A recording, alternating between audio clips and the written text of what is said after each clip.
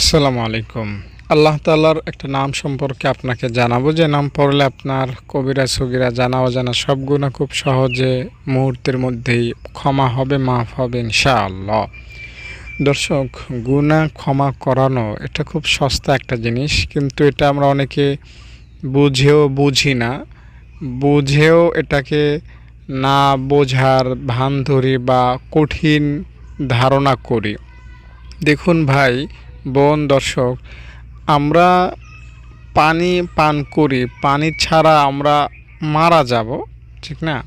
কিন্তু এত গুরুত্বপূর্ণ একটা জিনিস, যেটা ছাড়া আমরা 2 দিন 3 দিনের বেশি সুস্থ থাকতে পারি না, দুনিয়াতে জীবিত থাকতে পারবো না, যেটার গুরুত্ব এত বেশি, এই জিনিসটা নিয়ে কিন্তু আমরা কখনো চিন্তা করি না যে হায়, আমি 2 দিন পরে পানি পাবো কি?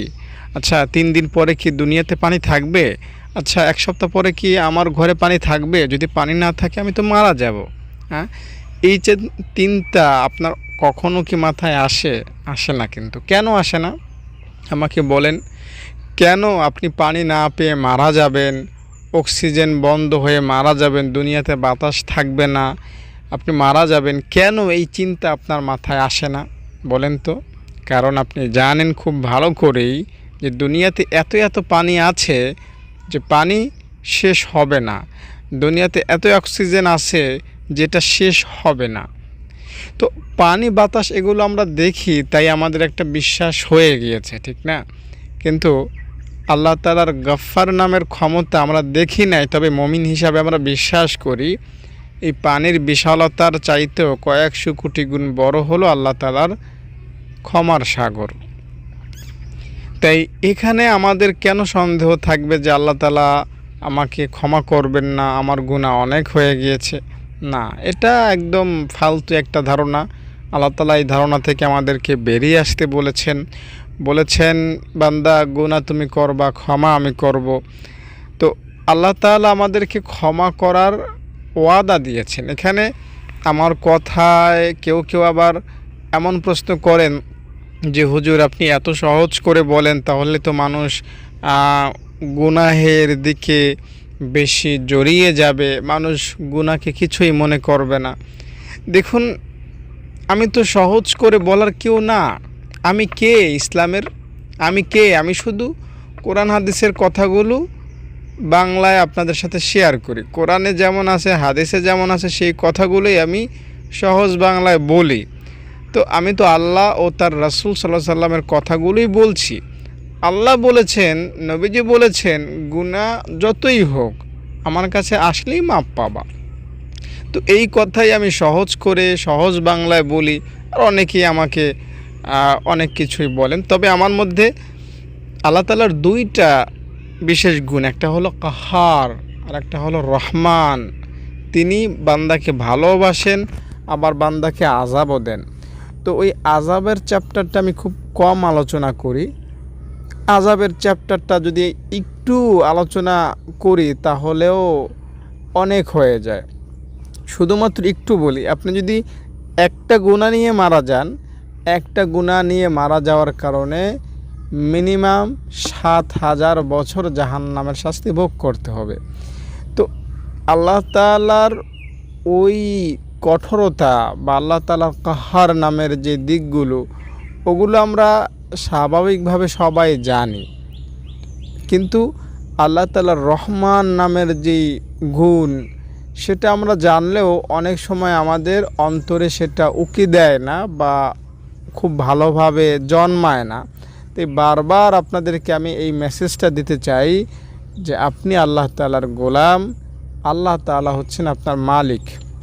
আপনি আল্লাহ তাআলার কাছে ক্ষমা চাইলে আপনার মালিক মহান আল্লাহ আপনাকে ক্ষমা করে দিবেন।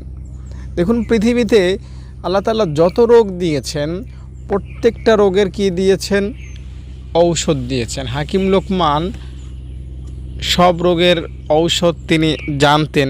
শোনা যায় যে হাকিম লোকমান বা লোকমান হাকিম যখন গাছপালার পাশ দিয়ে যেতেন, তো যেই গাছের মধ্যে যে গুণটা আছে সেই গাছ হাকিম লোকমানকে বলে দিত যে লোকমান হাকিম, আমি কিন্তু জ্বরের জন্য উপকারী, আমাকে ব্যবহার করো। লোকমান হাকিম, আমি কিন্তু মাথা ব্যথার জন্য উপকারী, আমাকে ব্যবহার করতে পারো মাথা ব্যথার জন্য। আমি কিন্তু পেট ব্যথার জন্য উপকারী। এভাবে গাছপালা তরুলতা হাকিম লোকমানের সাথে কথা বলতো। এটা বানোয়াট কথা না, ওলামায়ে কেরামের কথা। হাকিম লোকমান এমন একজন ব্যক্তি যার নামে একটা সূরা পবিত্র কোরআনে রয়েছে। তো মূল কথা হলো, আল্লাহ তাআলা পবিত্র কোরআন ও হাদিসে আমাদেরকে বলেছেন যে যত রোগ আছে সব রোগের কি আছে, শেফা আছে, আরোগ্য লাভের উসিলা আছে। দুনিয়াতে সেটা ছড়িয়ে ছিটিয়ে আল্লাহ তাআলা রেখে দিয়েছেন। তো প্রত্যেকটা রোগের যেমন মুক্তির উসিলা দুনিয়াতে আছে, প্রত্যেকটা গুনাহেরও মুক্তির উসিলা আল্লাহ তাআলা রেখে দিয়েছেন। কোনো গুনাহ এমন নাই যেটা ক্ষমার অযোগ্য। আপনি জীবনে যত গুনাহ করেছেন, আপনার সব গুনাহ আল্লাহ তাআলা মুহূর্তের মধ্যে ক্ষমা করে দিতে চান। আপনি শুধু মাপ চাইলেই আল্লাহ তাআলা আপনাকে মাফ করবেন। রব্বে কারিম কত মানুষকে যে অতীতে ক্ষমা করেছেন সেটা আপনি জানেন না। আল্লাহ তাআলার যেই রহমতের দরিয়া, সেই দরিয়ার মধ্যে কিন্তু ভাটা পড়ে নাই। আল্লাহ তাআলা আগেও যেমন বান্দাকে ক্ষমা করেছেন, এখনও করেন, আজও করেন। রব্বে কারিম শবে কদরে যতটা ক্ষমাশীল, শবে কদর ছাড়াও কিন্তু আল্লাহ তাআলা ততটাই ক্ষমাশীল। তবে শবে কদর, রমজান, শবে বরাত, এই রাত্রগুলো, এই দিবসগুলোতে আল্লাহ তাআলা বান্দাকে একটু বেশি ক্ষমা করেন। তবে অন্য সময়েও আপনি চাইলে খুব সহজে ক্ষমা পেতে পারেন। তাওবার যে ঘটনাগুলো আছে সেগুলো যদি আপনি একটু শোনেন, আপনি বিস্মিত হবেন, অবাক হবেন। আল্লাহ রাব্বুল আলামিন যুগে যুগে এমন বহু পাপীকে ক্ষমা করেছেন যাদের ক্ষমা পাওয়ার কোনো অধিকার ছিল না, যারা জাহান্নামী ছিল। মানে মৃত্যুর কিছুক্ষণ আগে তাওবা করেছে, আল্লাহ তাআলা মাফ করেছেন, জান্নাত দিয়েছেন। অথচ সারাটা জীবন ছিল নামাজ থেকে দূরে, রোজা থেকে দূরে, পর্দা থেকে দূরে ছিল, সুদ ঘুষে জেনা বেবিচারে। রব্বে কারিম মৃত্যুর আগে তাকে তাওবা পড়িয়ে মৃত্যু দিয়েছেন, ঠিকানা করেছেন জান্নাত। তো আল্লাহ রাব্বুল আলামিন সবার ঘটনা তো আমাদের কাছে আর শেয়ার করেন নাই। নবীজি থাকতে আমরা যে ঘটনাগুলো জানতে পেরেছি, সেই ঘটনাগুলোকেই আমরা আমাদের শান্তির বা ভরসার একটা কারণ মনে করি। তো বর্তমানেও যদি নবীজি থাকতেন, তাহলে আপনি আজকে যেমন ব্রেকিং নিউজ শোনেন, ভাইরাল টপিকগুলো শোনেন, তো এরকমই একটা নিউজ আপনি শুনতেন প্রতিনিয়তই যে রব আল্লাহ তাআলা আজকে অমুক সুদখোরকে মাফ করেছেন, আল্লাহ তাআলা আজকে অমুক জেনাকারকে মাফ করেছেন, আল্লাহ তাআলা আজকে অমুক চেয়ারম্যানকে মাফ করেছেন, অমুক ডাক্তারকে মাফ করেছেন, অমুক দুর্নীতিবাজকে মাফ করেছেন, আল্লাহ তাআলা আজকে অমুককে ওটা দিয়েছেন, সেটা দিয়েছেন। কিন্তু এই বিষয়গুলো আল্লাহ তাআলা এখন আর ওইভাবে প্রকাশ করেন না যেমনটা প্রকাশিত হতো নবীজি থাকলে। তো রব্বে কারিম কিন্তু আজও দয়ালু। রবের ক্ষমা পাওয়ার জন্য কোনো দরখাস্ত লিখতে হয় না, রবের ক্ষমা পাওয়ার জন্য কোথাও অবস্থান করতে হয় না, কোনো মন্ত্রণালয়, কোনো অফিস আদালতে যেতে হয় না। রবের ক্ষমা যেখানে সেখানে বসেই পাওয়া যায়। শুধু একবার বলবেন, আল্লাহ আমাকে মাফ করে দাও। হাদিস শরীফের মধ্যে আছে, আপনি যদি মারা যান, আপনি যদি আল্লাহ তাআলার কাছে একবার ক্ষমা চেয়েও মারা যান চোখের পানি ফেলে, তো কোনো কারণে যদি আপনাকে আল্লাহ তাআলা জাহান্নামেও ফেলে দেয়, আপনার চোখ আল্লাহ তাআলাকে বলবে, আল্লাহ তুমি এই লোকটাকে জাহান্নামে ফেলে দিয়েছো। অথচ আপনার এই চোখের পালক বলবে আল্লাহ তাআলার কাছে, আল্লাহ আমি সাক্ষী দিচ্ছি সে তোমার ভয়ে, গুনাহের ভয়ে দুনিয়াতে কেঁদেছিল, তার অশ্রুতে আমি ভিজেছিলাম, চোখের পলক, আমি চোখের পাপড়ি আমি ভিজেছিলাম, চোখের এই চুল আমি ভিজেছিলাম, আমি সাক্ষী দিচ্ছি সে তোমার ভয়ে মাপ পাওয়ার আশায় কেঁদেছিল। তো আল্লাহ রাব্বুল আলামিন এই চোখের এই পলক, চোখের এই পাপড়ি বা এই চোখের এই চুলের সাক্ষীকে সেদিন গ্রহণ করবেন এবং আল্লাহ তাআলা সেদিন ওই ব্যক্তিটাকে জাহান্নাম থেকে বের করে জান্নাতে ঢুকিয়ে দেবেন।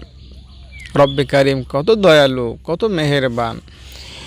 দেখুন, কিছু কিছু ঘটনা আছে যেগুলো আপনার দিল নাড়া দেবে। যেমন মালিক ইবনে দিনার রহমাতুল্লাহ আলাই, তিনি ছিলেন একদম মদখোর, সমাজের একদম নিকৃষ্ট টাইপের একজন লোক, কিন্তু তিনি আল্লাহ তাআলার একজন বন্ধু হয়ে দুনিয়া থেকে বিদায় নিয়েছিলেন। তিনি একবার স্বপ্ন দেখলেন যে দুনিয়া আর দুনিয়া নাই, কিয়ামত কায়েম হয়ে গিয়েছে। তাই তিনি দেখতে পেলেন যে তাকে সাপে দৌড়াচ্ছে, তিনি অনেকটাই ভীত সন্ত্রস্ত হয়ে পড়েছেন, তিনি নাজাত পাবেন না, জাহান্নামী হয়ে যাবেন। এই সেই অনেক প্রকার স্বপ্ন তিনি দেখলেন। তার একটা মৃত মেয়ের সাথে তার দেখা হলো, মেয়ে তাকে সাবধান করলেন। তো এই স্বপ্নটা দেখার পর তার ঘুম ভেঙে গেল। তিনি ওযু ইস্তেঞ্জা করে তাহাজ্জুদ নামাজ পড়ে আল্লাহ তাআলার কাছে ক্ষমা চাইলেন। একটা ক্ষমা, শুধু একবার শুধু মাপ চাইলেন, আল্লাহ মাপ চাই, আর গুনাহ করব না। এমন একজন ব্যক্তি কেমন হিরো হয়ে গেল আল্লাহর কাছে, মানে হিরো মানে বলতে বোঝাচ্ছি আল্লাহ তাআলার ওলি বা বন্ধু হয়ে গেল আল্লাহ তাআলার। মানে কিছুক্ষণ আগেও, মানে দিনের বেলাও সারাটা জীবন ছিল সে ফাসেক, সে ছিল মদখোর, সে ছিল নামাজ থেকে দূরে, রোজা থেকে দূরে, যার গুনাহ পরতে পরতে মুহূর্তে মুহূর্তে হতো, গুনাহ যার কাছে কোনো কিছুই মনে হতো না, এমন একজন ব্যক্তি শুধুমাত্র এক রাতের মধ্যে কি হয়ে গেল যে গোটা দুনিয়ার মানুষ তাকে চিনে, গোটা দুনিয়ার মানুষ তাকে আল্লাহ ওলি হিসাবে জানে, আল্লাহর বন্দী হিসাবে জানে, ঠিক না? মালিক ইবনে দিনার রহমাতুল্লাহ আলাই, মালিক ইবনে দিনার রহমাতুল্লাহ আলাই কত বড় বুজুর্গ হয়ে গিয়েছিলেন যে তিনি ফেরেশতাদের কথা শুনতে পেতেন। একবার তিনি এক গোরস্থানে দেখলেন যে দুইজন ফেরেশতা জান্নাত জাহান্নামের লিস্টি করতেছে। জিজ্ঞাসা করলেন, এখানে তোমরা কি করতেছো? বলতেছেন যে এই গোরস্থানে কারা জান্নাতি আর কারা জাহান্নামী সেটা আমরা লিখতেছি। মালিক ইবনে দিনার বললেন, আচ্ছা দেখো তো তোমাদের ওই লিস্টিতে মালিক ইবনে দিনারের নাম আছে কি না? আল্লাহ তাআলা মালিক ইবনে দিনারের নামটা কি জাহান্নামের লিস্টে রেখেছেন না জান্নাতের লিস্টে রেখেছেন? বা আমার নামটা আছে কি না জান্নাতের লিস্টে, এটা একটু দেখো তো। তো ফেরেশতারা দেখলো যে তার নামটা জান্নাতের লিস্টিতে নাই। ফেরেশতারা বলে দিল তেনাকে যে না, আপনার নাম তো আমরা পাচ্ছি না।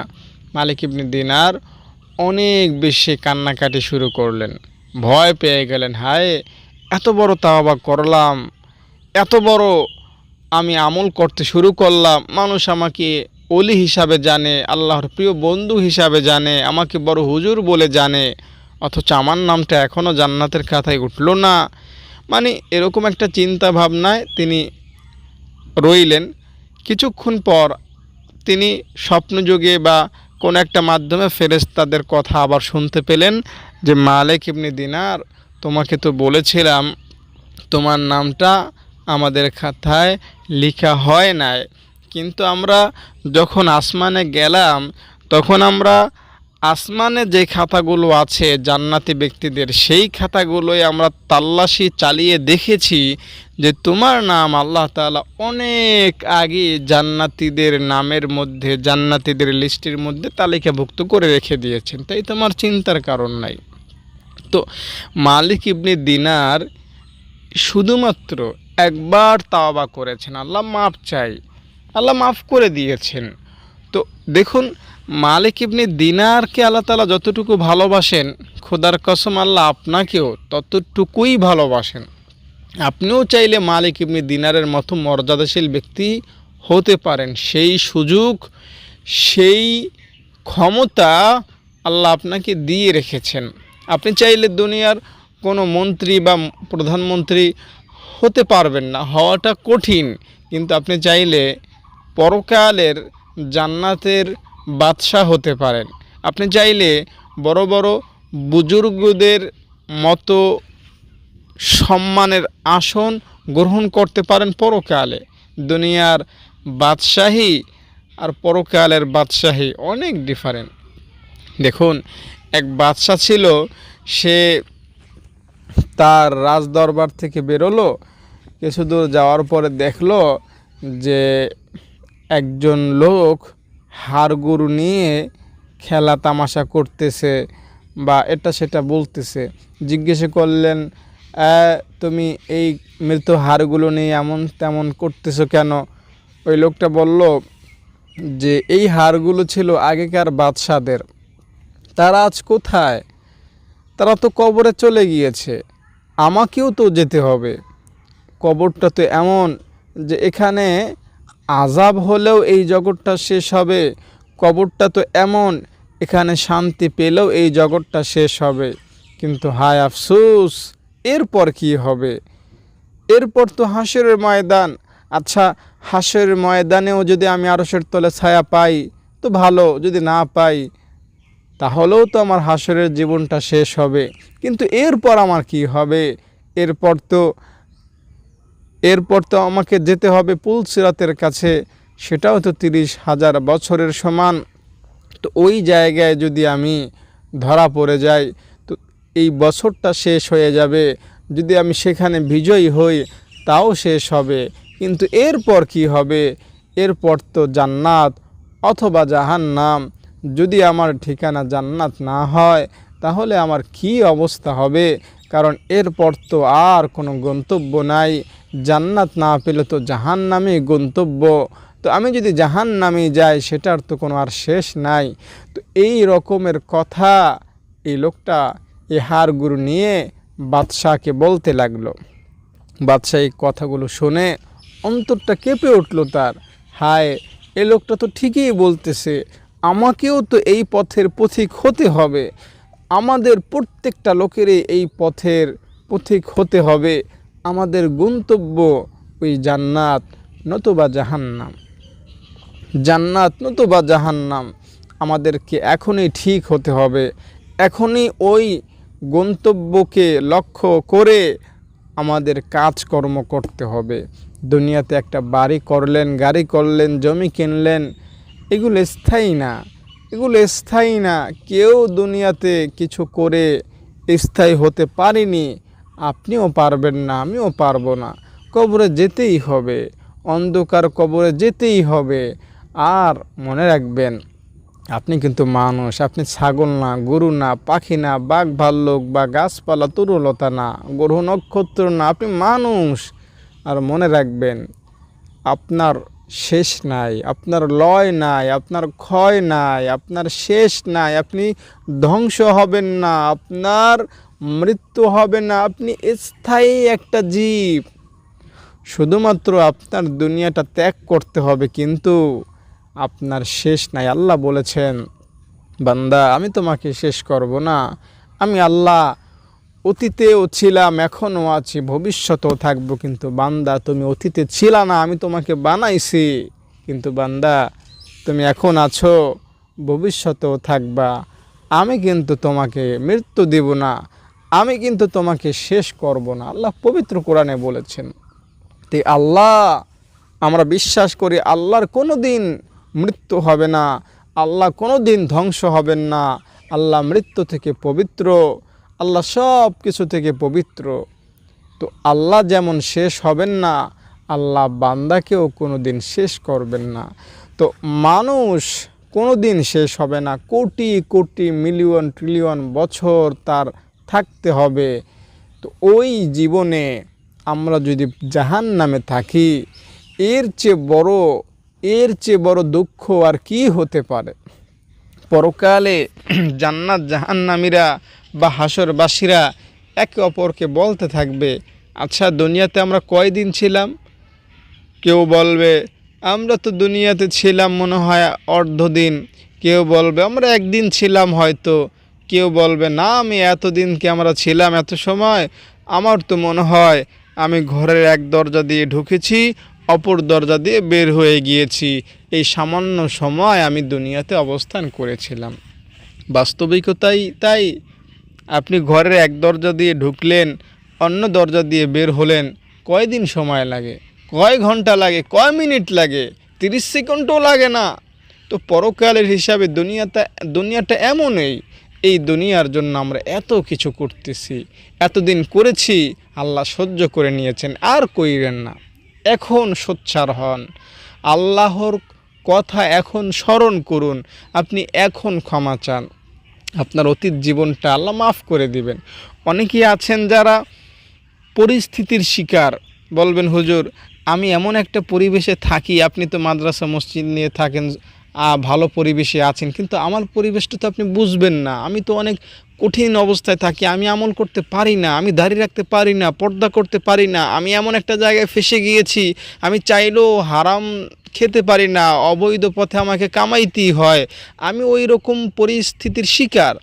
তো হতে পারে আপনি ওই রকম পরিস্থিতির শিকার, আপনি এই পরিস্থিতিটা অন্তত আল্লাহকে বলুন যে আল্লাহ তোমার হুকুম তো হালাল খাওয়া, কিন্তু আমি তো ব্যবসায়ী করি হারাম। আল্লাহ তোমার হুকুম তো পর্দা করা, কিন্তু আমি তো কোনো দিন বোরকায় পরি নাই। আল্লাহ তোমার হুকুম তো রোজা রাখে, কিন্তু আমি তো রোজা রাখি না। এই কথা তো আল্লাহকে একটু একটু মানে কষ্ট দিয়ে আল্লাহকে বলুন, তাহলেও তো আল্লাহ একটু সান্ত্বনা পাবেন যে না, আমার বান্দাটা আমার হুকুম মানে না, কিন্তু সে অনুশোচনায় আছে, আমি যদি তাকে একটু সুযোগ করে দেই তাহলে মনে হয় আমার বান্দিটা আমাকে ভালোভাবে ডাকবে, তাই না? তো আপনি তো অন্তত আল্লাহকে এটা বলতে পারেন, বলতে তো আর অসুবিধা নাই যে আল্লাহ আমি তো পরিস্থিতির শিকার, আমি দাড়ি রাখি নাই, এখন দাড়ি রাখলে মানুষ আমাকে নিয়ে এটা সেটা বলবে, মানুষ আমাকে হাসি তামাশা করবে, আল্লাহ আমি কি করতে পারি? আপনি তো আল্লাহ তাআলাকে অন্তত এতটুকু বলতে পারেন, বলতে তো আর অসুবিধা নাই, আল্লাহ বাকিটা ব্যবস্থা করে দিবেন। মনে রাখবেন দর্শক, যে আল্লাহ তাআলার জন্য কিছু একটা করে, আল্লাহ তাআলার জন্য কিছু একটা বলে, আল্লাহ তাআলা তাকে অবশ্যই রাস্তা বের করে দেন। আর মুখ বুঝে থাকলে, আল্লাহ তাআলার সাথে কোনো কিছু শেয়ার না করলে, আল্লাহ তাআলা কিন্তু আপনাকে ওইভাবে রহমত করবেন না। হাদিসে এসেছে আপনি যদি আল্লাহ তাআলাকে একবার ডাকেন, আল্লাহ আপনাকে ডাবল ডাকবেন, ডাবল স্মরণ করবেন। আপনি যদি আল্লাহ তাআলার দিকে 1 বিঘাত এতটুকু আগান, আল্লাহ তাআলা আপনার দিকে 1 হাত আগাবেন। আপনি যদি আল্লাহ তাআলার দিকে 1 হাত আগান, আল্লাহ তাআলা আপনার দিকে 2 হাত আগাবেন। আপনি যদি আল্লাহ তাআলার দিকে হেঁটে হেঁটে আসেন, আল্লাহ তাআলার রহমত আপনার দিকে দৌড়াইয়া আসবে। মানে আপনি আল্লাহ তাআলাকে যতটা দিবেন, আল্লাহ আপনাকে ডাবল দিবেন, অনেক গুণ বেশি দিবেন। শুরুটা হবে আপনার থেকে, কারণ আপনি মালিক না, মালিক হচ্ছেন কে? আল্লাহ। সাধারণত এটাই হয়, আগে কর্মচারী কর্ম করে, এরপর মালিক কি দেয়? বেতন দেয়। শুরুটা আপনার করতে হবে। আপনি যেই পরিস্থিতির শিকার হন, কিছু একটা আল্লাহ তাআলার জন্য করতে হবে, বাকিটা আল্লাহ তাআলা করে দিবেন। তাই আপনি শুরুটা করুন। গুনাহের মধ্যে আছেন, গুনাহের মধ্যে ছিলেন, সমস্যা কি? আপনি এখন সুযোগ আছে মাপ চাওয়ার, সুযোগটা কাজে লাগান। দেখুন, পরকালে যারা নবী রাসূল আলাইহিসসালাম সাল্লাল্লাহু আলাইহি সাল্লাম, তারা তো জান্নাতে যাবে নিশ্চিত, কোনো হিসাব নিকাশ ছাড়া। পরকালে যারা সাহাবী ১৬ লক্ষ, তারা জান্নাতে যাবে কোনো হিসাব নিকাশ ছাড়া নিশ্চিত, কোনো সন্দেহ নাই। পরকালে যাদের একটা গুনাহও নাই, তারাও কি যাবে? জান্নাতে যাবে বিনা হিসাবে। তো আপনি তো নবী না, রাসূল না, হওয়াও সম্ভব না, আপনি সাহাবী না, এটা হওয়াও সম্ভব না, কিন্তু তৃতীয় শ্রেণীর লোক হওয়া আপনার পক্ষে সম্ভব। আপনি গুনাহ থেকে মাপ চান, গুনাহ ছেড়ে দেন, সেটা কিন্তু বলছি না আমি, গুনাহ ছেড়ে দেওয়া উচিত, কিন্তু আপনি একটা বিষয় একটু ভালো করে আপনি বুঝেন। আপনি এখন 50 বছরের গুনাহগার, আপনি যদি এখন ক্ষমা চেয়ে 50 বছরের গুনাহগুলো ক্ষমা করে নিতে পারেন, এরপর যদি আপনি 5 বছর বাঁচেন, কথার কথা 5 বছর আপনি আগের মতোই গুনাহ করলেন, তো আপনি যদি আল্লাহ তাআলার কাছ থেকে কোনোভাবে 50 বছরের গুনাহ ক্ষমা করিয়ে নিতে পারেন, আগামী 5 বছর গুনাহ করেও যদি মারা যান, তাহলে পরকালে আপনার শাস্তি হবে কয় বছরের? 5 বছরের। আর ভাগ্যিস যদি আপনি 5 বছর আমল করে কাটাতে পারেন, তাহলে তো আপনার কোনো গুনাহ নাই, আবার অনেক সওয়াব, তাহলে তো আপনি বিনা হিসাবে জান্নাতে যাচ্ছেন। আর জাহান্নামে গেলেও 5 বছরের গুনাহের কারণে কিছুদিন শাস্তি পেয়ে জান্নাতে যেতে পারবেন। আর তাওবাই যদি না চান, ক্ষমাই যদি না চান, তাহলে তো আপনার 55 বছরের বিশাল গুনাহের পাহাড় দাঁড়াবে পরকালে। তাই সময় আর পার কইরেন না, এখনই মাপ চান। নির্জনে একা একা বসে কে কি বলল, সুদখোরের ক্ষমা নাই, ঘুষখোরের ক্ষমা নাই, জেনাকারের ক্ষমা নাই, বেনামাজির ক্ষমা নাই, এরকম কথা আপনারা হয়তো শোনেন যে অমুক ব্যক্তি দোয়া করলে আল্লাহ দোয়া কবুল করবেন না, অমুক ব্যক্তি করলে দোয়া কবুল করবেন না। আসলে এই সমস্ত কথা হলো সতর্ক করার জন্য। বাবা বলেন অনেক সময়, এই ওদিকে যাবি না, ওইটা করবি না, ঘর থেকে কিন্তু বের করে দেব, সতর্ক করার জন্য। তো আল্লাহ তাআলার কাছে এমন কোনো গুনাহই নাই যেটা করলে আল্লাহ ক্ষমা করবেন না। মুসা আলাইহিস সালামের এক উম্মত বলেছিল, আল্লাহ তুমি বলে দিয়েছো আমাকে ক্ষমা করবা না, আচ্ছা আমার গুনাহ এত বড় যে তোমার রহমত আমার গুনাহের সাথে মোকাবেলা করতে পারবে না, তোমার রহমতের চাইতে অনেক বড় গুনাহ হয়ে গিয়েছে আমার, আল্লাহ আমাকে তুমি ক্ষমা করতে পারবা না? তো আল্লাহ তাআলা তাকে কিন্তু পরিশেষে ক্ষমা করে দিয়েছেন। তো আমাদেরকেও ক্ষমা করবেন আল্লাহ। আপনি নির্জনে বসে, নির্জনে ঘরের দরজাটা বন্ধ করে, নির্জনে, আমি আবারও বলছি, একা একা নির্জনে ঘরের দরজাটা বন্ধ করে নিরিবিলি আল্লাহকে ডাকুন। আল্লাহ, বিশ্বাস করেন এই নামটা ডাকলে আল্লাহ তাআলা সবচাইতে বেশি খুশি হন। আল্লাহ, আল্লাহ, আল্লাহর এই নামটা আমরা পড়তে পড়তে এতটাই অভ্যস্ত, আমরা আসলে জানি না যে আল্লাহ তাআলার কোন নামটার ক্ষমতা সবচেয়ে বেশি। বাস্তব কথা হলো এটাই যে আল্লাহ তাআলার সব নাম একদিকে আর আল্লাহ এই নামটা অন্যদিকে। এই নামের সাথে কোনো তুলনা চলে না। আল্লাহ এই নামটা আপনার পড়লেই হবে না, দিলের মধ্যে দুনিয়ার কোনো চিন্তা থাকা যাবে না। ছেলের চিন্তা, মেয়ের চিন্তা, বন্ধুর চিন্তা, ব্যবসার চিন্তা, পরিবারের চিন্তা, খেলাধুলার চিন্তা, দুনিয়ার কোনো চিন্তা থাকা যাবে না। অন্তরে শুধুমাত্র পরকালের চিন্তা, জান্নাত, জাহান্নাম, কোরআন, হাদিস, নবী, রাসূল, সাহাবায়ে কেরাম, এগুলো আনতে হবে। আল্লাহ তাআলার কথা স্মরণ করতে হবে। আর চোখটা বন্ধ করে বলবেন আল্লাহ, আল্লাহ, এভাবে আল্লাহকে একটু ডাকবেন। 2 minute, 3 minute, 5 minute, 10 minute, 20 minute, আপনার যতটুকু সাধ্য কুলায় আপনি ডাকবেন।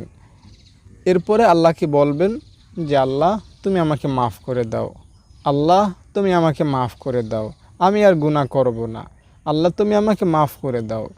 তো এভাবে যদি আপনি আল্লাহকে বলতে পারেন, আমার দৃঢ় বিশ্বাস আল্লাহ আপনাকে মাফ করেই দিবেন। আল্লাহ আপনাকে মাফ না করে পারবেন না। রব কতটা যে দয়ালু আপনি এটা জানেন না, তাই আপনি ক্ষমা চাইতে ভয় পান, ক্ষমা চাইতে সংশয় সন্দেহের মধ্যে থাকেন। আপনি আল্লাহ তাআলার রহমত সম্পর্কে জানুন। আল্লাহ বলেছেন, এই মেসেজটা আল্লাহ তাআলার এই কথাটা আপনি মরণ পর্যন্ত অন্তরে গেঁথে রাখবেন। আল্লাহ বলেছেন যে বান্দা তুমি গুনাহ করবা 70 বছর, ক্ষমা চাইবা, এরপরে তারপরও আমি তোমাকে মাফ করব। বিষয়টা বোঝেন নাই, বা বুঝলে ওইভাবে বোঝেন নাই। মানে আল্লাহ আপনাকে স্বাধীনতা দিয়েছেন, তুমি 70 বছর টানা গুনাহ করো, এরপরে আমার কাছে ক্ষমা চাও, আমি তোমাকে মাফ করব। আল্লাহ তাআলা 70 বছরের আসামি, 80 বছরের আসামিকে ক্ষমা করতে প্রস্তুত। আমার কথাটা আপনি বুঝেন নাই। মানে আমি এটা বোঝাতে চাচ্ছি যে আপনার এখন বর্তমান বয়স যতই হোক, আল্লাহ কেমন যেন আপনার বয়সকে লক্ষ্য করে বলছেন, বান্দা, বান্দি, তোমার বয়স এখন 57 বছর, আচ্ছা তোমার বয়স এখন 97 বছর, তো কি হয়েছে, এতদিন গুনাহ করেছো, কি হয়েছে, আমার রহমত তো ফুরিয়ে যায় না, এখন ক্ষমা চাও, আমি তোমাকে এখন মাফ করব। কালকে বা পরশু বা 1 বছর পরে ক্ষমা করব তা না, আমি তোমাকে এখনই মাফ করব, আমি তোমাকে এখনই জান্নাতি হিসাবে কবুল করব। তবে মাফ আপনাকে চাইতেই হবে। দর্শক, আশা করি অগোছালো কথাগুলো ক্ষমা করবেন। আর আল্লাহ এই নামটা দিল থেকে, অন্তর থেকে, ঘরের দরজা বন্ধ করে নিরিবিলি 5-10 মিনিট ডেকে আল্লাহর কাছে ক্ষমা চাইবেন। ইনশাআল্লাহ ক্ষমা আপনার হয়ে যাবে, ক্ষমা আপনার হয়ে যাবে ইনশাআল্লাহ। দর্শক, আপনারা আমার মাদ্রাসা সম্পর্কে জানেন, প্রতিদিনই ছাত্রী আসতেছে, নতুন নতুন ভর্তি হচ্ছে। এরা কিন্তু ফ্রিতে থাকে, খায়, পড়ে। আমি যদি তাদের থেকে টাকা নিতাম তাহলে কিন্তু প্রত্যেকটা ভিডিওতে আমার বলতে হতো না, আমার নাম্বার দিয়ে বিভিন্ন জন থেকে কথা বলে টাকা নিতে হতো না। তো এটা যেহেতু এতিমখানা, এতিমখানা বোঝেন তো, যেখানে 10 জনের দানের মাধ্যমে চলে, যেখানে কোনো টাকা পয়সা ছাত্রীদের থেকে নেওয়া হয় না, এমন একটা মাদ্রাসা আমি গড়েছি। তো এখানে এখন 70 জনের মতো ছাত্রী আছেন। তো এদের থাকা খাওয়া কত টাকা লাগে আপনি একটু বুঝেন। 5 জনের সংসারেই তো 10-12 হাজার টাকা খরচ হয়ে যায় মাসে, খাবার দাবার তো অনেক খরচ। তাই আপনারা যোগাযোগ করবেন আমার সাথে, মাদ্রাসাটা দেখবেন। এখন তো সহজ, ঠিক না? হোয়াটসঅ্যাপ আছে, ইমো আছে, ভিডিও কলে দেখবেন, আমার ছাত্রীদের সাথে কথা বলবেন, ভালো লাগবে। এরপর যদি আপনার ভালো লাগা কাজ করে, দান করলেন। দেখতে তো বা আমার সাথে কথা বলতে তো অসুবিধা নাই, একটু কষ্ট করে মেহেরবানি করে আমার সাথে যোগাযোগ করবেন, আমার ছাত্রীদের সাথে একটু আলোচনা করবেন, যদি ভালো লাগে দান করবেন ইনশাআল্লাহ। দর্শক, ভালো থাকেন, আপনারা নিরাপদে থাকেন। আসসালামু আলাইকুম। আলহামদুলিল্লাহ, আমার এতিম বাচ্চাদের জন্য, এতিম ছাত্রীদের জন্য 1 মাসের খাবারের ব্যবস্থা করতে পারলাম একজনের অনুদানের মাধ্যমে। আলহামদুলিল্লাহ, আলহামদুলিল্লাহ। আমার ছাত্রীরা এখানে 14 বস্তা চাল আছে, 1 বস্তা ডাল, 65 কেজি আলু, এখানে 25 কেজি পেঁয়াজ এবং আদা, রসুন, গরম মশলা, ওইখানে 20 লিটার তেল সহ, ওইখানে মরিচ সহ, যেখানে যা লাগে, শনি রবি সোম মঙ্গল বুধ বৃহস্পতি শুক্র, এখানে যেখানে যে রুটিন দেয়া আছে সেই রুটিন মাফিক আমি খাবারের চেষ্টা করব ছাত্রীদেরকে ইনশাল্লাহ। এখানে যথেষ্ট পরিমাণে লবণ আছে, আর মাদ্রাসার ফ্রিজ এখানে আছে, মাদ্রাসার ফ্রিজে যথেষ্ট পরিমাণ খাবার আমি কিনে রেখেছি অনুদানের মাধ্যমে। এখানে মাছ আছে, যথেষ্ট পরিমাণ বড় ফ্রিজ। এখানে নিচে কোরবানির মাংস আছে। আলহামদুলিল্লাহ, ইনশাআল্লাহ আমি আমার ছাত্রীদেরকে, এতিম বাচ্চাদেরকে খাওয়াতে পারবো পুরো মাস জুড়ে ইনশাআল্লাহ। আর আমার এতিম ছাত্রীরা এখানেই থাকে, আমি আপনাদেরকে একটু লাইনে দেখাচ্ছি। দেখেন, এটা হলো আমার এতিম বাচ্চাদের থাকার মাদ্রাসার জায়গা।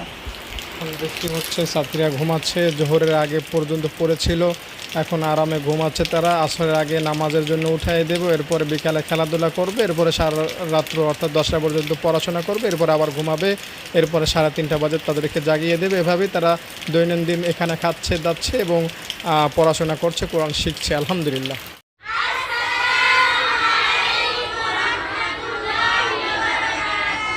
ওয়ালাইকুম আসসালাম ওয়া রাহমাতুল্লাহি ওয়া বারাকাতুহু। সবাই ভালো আছো? তোমাদেরকে ভালো রেখে